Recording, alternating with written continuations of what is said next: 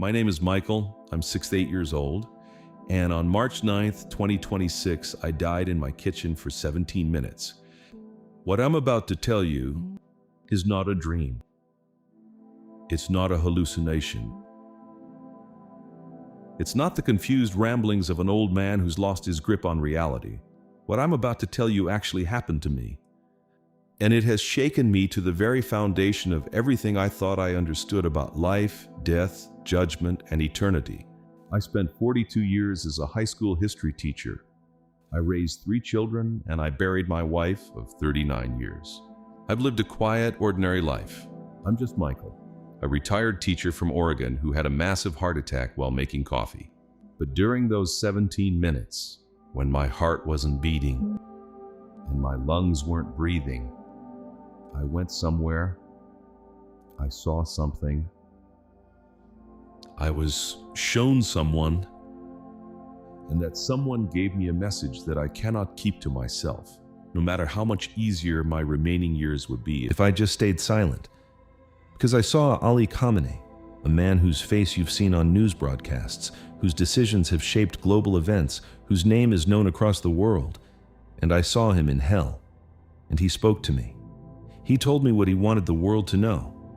I'm 68 years old. I've maybe got 10 good years left if I'm lucky. I don't say that with fear anymore. I say it with the strange, settled peace of a man who has seen what's on the other side and has come back knowing exactly what matters.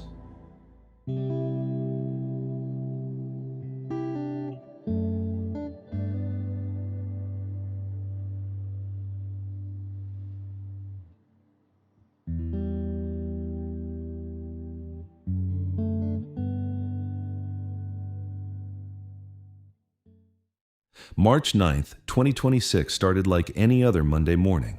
I woke up at 6:47 a.m. No alarm, just my body's natural rhythm after decades of early morning teaching schedules. My daughter Sarah had spent the weekend with me, helping me organize some old boxes in the garage. She'd already left for work. I shuffled into the kitchen in my slippers and turned on the coffee maker. NPR was playing low on the radio. Something about economic forecasts and political tensions in the Middle East. Background noise I'd heard variations of for 40 years. I was standing at the counter waiting for the coffee to brew when I felt it. Not pain, exactly. Not at first, just wrongness.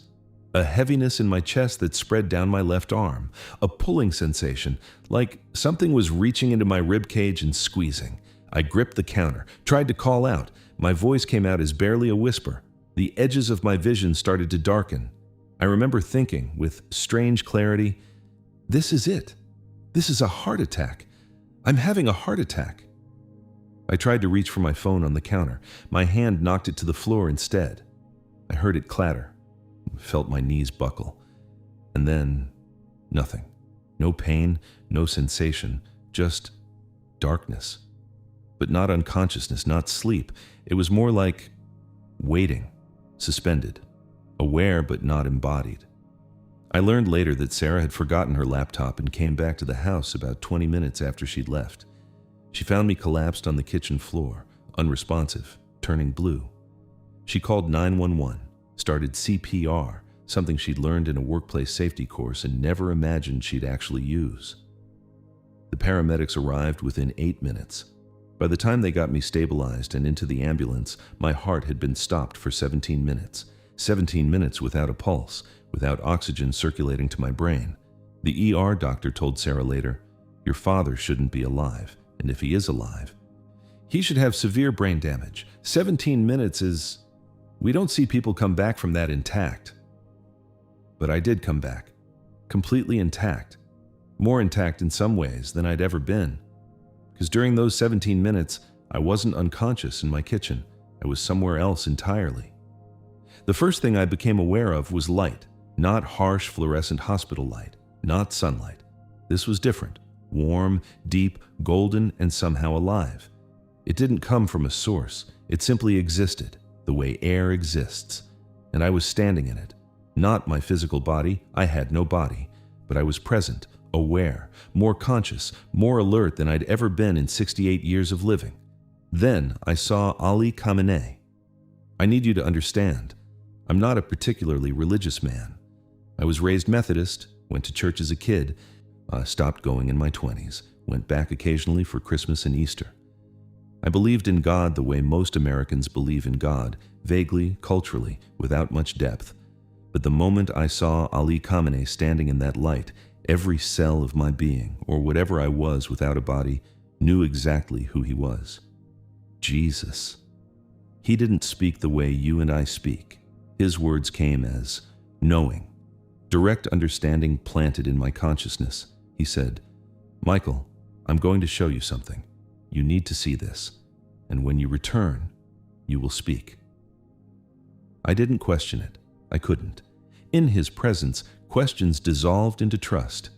He turned, and I followed his gaze. And what I saw next broke something inside me that I don't think will ever fully heal. The light around us dimmed, not gradually, instantly, like a curtain dropping. And I saw a place I can only describe as hell. Not the cartoon version with pitchforks and red devils. This was consciousness experiencing its own absence from God. Fire that wasn't just physical heat, but spiritual agony. Darkness that wasn't just the absence of light, but the absence of hope. And there were souls there, people, stripped of everything they'd been on earth, power, status, reputation, wealth, all of it gone. Just raw, terrified awareness facing eternity. And among them, I saw Ali Khamenei. He had died just few days before my own heart attack. His death had been international news. The geopolitical implications were still being analyzed by experts around the world. And here he was, in this place of fire, stripped of every title, every bit of authority, every piece of earthly armor, just a soul, terrified, burning. I was completely undone. He saw me, and in that moment, I understood, in the same way I'd understood Jesus, that this was why I'd been brought here. This man had been given permission to speak to me, to send a message back. His eyes met mine, and there was no pride there, no defiance, no ideology, just devastation and regret so deep it was almost unbearable to witness. He spoke, and I'm going to give you his words as exactly as I can remember them, he said. I taught them the wrong God. Those were his first words, and they hung in the air like smoke. He continued, I told an entire generation that their suffering was obedience to heaven. I told them that dying for my causes was the path to paradise. I told them that the enemies I chose were the enemies of God himself. I used the name of God like a weapon. I used scripture like chains. I convinced millions of people that I spoke for the divine, and I believed it myself. That's the terrible part. I actually believed it. He looked down, and when he looked back up, his expression was pure anguish. The people I persecuted in God's name, I understand now. They were his children, the ones I called heretics, the ones I imprisoned for worshiping differently, the ones whose churches I helped destroy, the women I oppressed under the banner of righteousness, the dissenters I silenced claiming they were enemies of heaven. His voice, if you can call it that in that place, broke. I didn't fight God's enemies, I fought God's children, and I will carry that knowledge for eternity. Then he looked directly at me, through me, and said something I will never forget. Tell them. Tell everyone who will listen, no man who uses God's name to hold power over others is serving God. No leader who makes himself the gatekeeper between people and heaven is a servant of heaven. They are servants of themselves, and the fire knows the difference, even when the world doesn't. I stood there, or existed there, I don't know the right word, trying to absorb what I was hearing. This was a man who'd commanded Iran's armies, who'd held absolute authority over a nation for decades, whose word had been law, whose ideology had shaped generations. And here, stripped of it all, he was just a soul in agony, desperate to warn others not to follow his path. He wasn't finished. I told young men to become martyrs. I told them death in my name would be paradise. I sent them to die for causes I dressed in divine language. And I knew, somewhere deep down, I knew that I was lying, that it wasn't about God, it was about control, about power, about maintaining my grip on a nation. I silenced scholars who questioned me. I imprisoned clerics who interpreted differently. I claimed absolute authority over spiritual truth, and I called it serving God. He paused, and the grief in his expression was so profound, I felt it physically, even without a body. The blood on my hands, the families destroyed by my policies, the suffering I justified with Scripture. It's all here now, every drop, every scream, every tear. I feel all of it, and I will feel it forever. Then his voice changed, became urgent, almost desperate. Tell them, please. Tell anyone who will listen. It's real. All of it is real. The judgment, the fire, the accounting for every choice. What every word, every use of God's name for personal gain. Tell the leaders who use faith as a tool for control. You will stand here one day, without your titles, without your followers, without your justifications, just you and the truth will burn. Tell the people who follow such leaders, don't give any human being the authority that belongs only to God. Don't let anyone stand between you and the divine. Don't mistake fear of a leader for fear of God. And then, as suddenly as it had begun, it was over. Jesus was there again. The light returned. The darkness receded. He looked at me with such compassion for me, for the message I'd been given, for the weight I'd have to carry back. He said, "You have to go back now, Michael. You have to speak. People need to hear this." And then I was falling, or rising, or being pulled. I don't know. But I was moving back toward something. I gasped, choked. My chest felt like it was being crushed. I was on my back, hard surface beneath me, bright lights above me, voices shouting medical terminology I didn't understand. "We've got him back! We've got a pulse!" My daughter's voice crying. "Dad? Dad, can you hear me?" I couldn't speak yet, couldn't move, but I could hear everything. A paramedic. "Sir, you're in an ambulance. You had a cardiac event. We're taking you to Mercy General. Just try to stay calm." Calm? I wanted to scream. I wanted to tell them where I'd just been, what I'd just seen, who I'd just spoken to. But all that came out was a choked sob. I spent 4 days in the cardiac ICU. The doctors ran every test imaginable. Brain scans, heart monitors, neurological assessments. They kept saying the same thing. "You shouldn't be here. You shouldn't be talking. You definitely shouldn't be this lucid." But I was here, completely intact. No brain damage, no cognitive impairment, just a 68-year-old man who'd been dead for 17 minutes and had come back with a message. For the first 2 days, I didn't tell anyone what I'd seen. Not Sarah, not the doctors, not the hospital chaplain who came to check on me. I kept replaying it in my mind, questioning it. Was it real? Was it oxygen deprivation creating hallucinations? Was it my brain's way of making sense of dying? But I couldn't explain away the clarity of it, the vividness, the specific message from a specific person about specific sins. This wasn't random neural firing. This was something else. On the 3rd day, Sarah was sitting beside my hospital bed, holding my hand. She said, "You seem different, Dad, like something changed." I looked at her. My youngest daughter, 32 years old, smart, skeptical, not particularly religious. And I told her everything. She listened without interrupting. When I finished, she was quiet for a long time. Then she said, "Dad, I don't know if I believe in hell. I don't know if I believe in any of this, but I believe that you experienced something. And I believe that you believe it was real." She paused. "So what are you going to do?"